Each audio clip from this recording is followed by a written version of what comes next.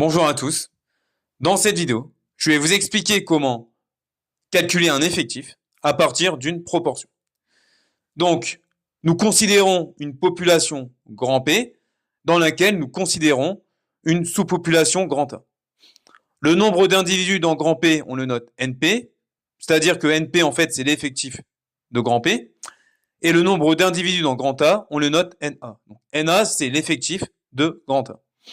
Alors, la proportion de A dans P, d'accord, est égale à NA divisé par NP. C'est-à-dire que pour calculer la proportion de A dans P, on divise l'effectif de grand A par l'effectif de grand P. Donc, ici, nous avons un petit exercice. Donc, dans une classe de 25 élèves, 84% font de l'espagnol. Voilà. Et on nous demande combien d'élèves de cette classe font de l'espagnol. Donc déjà, la première chose à faire, c'est d'identifier, dans ce contexte, quelle est la grande population P et quelle est la sous-population A. Ben, ici, clairement, la grande population, entre guillemets, ben, c'est toute la classe, et la sous-population, ce sont les élèves qui font de l'espagnol. Bien. Alors, dans l'énoncé, qu'est-ce qu'on nous donne? On nous donne le nombre total d'élèves dans la classe, c'est-à-dire le nombre d'individus dans la grande population. Donc, NP vaut 25 ici.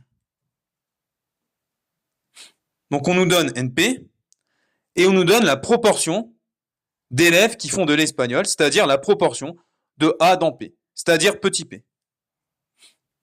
Donc, petit p, ici, vaut 84%, c'est-à-dire 0,84. Et ce que nous recherchons, nous, c'est le nombre d'élèves qui font de l'espagnol, c'est-à-dire le nombre d'élèves dans la sous-population. Donc, nous allons calculer NA. Alors, comment calculer NA? Ben, on peut remarquer que pour calculer NA, on peut juste exploiter cette formule-là. Et en fait, qu'est-ce qu'il suffit de faire?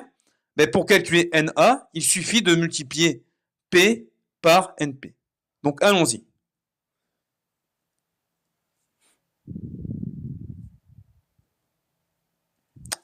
Alors, P multiplié par NP, ça va donner 0,84 multiplié par 25. C'est-à-dire 84% de 25. Autrement dit, on peut utiliser la calculatrice. Par exemple, ça fait 21. Conclusion, dans cette classe, 21 élèves sur les 25 font de l'espagnol.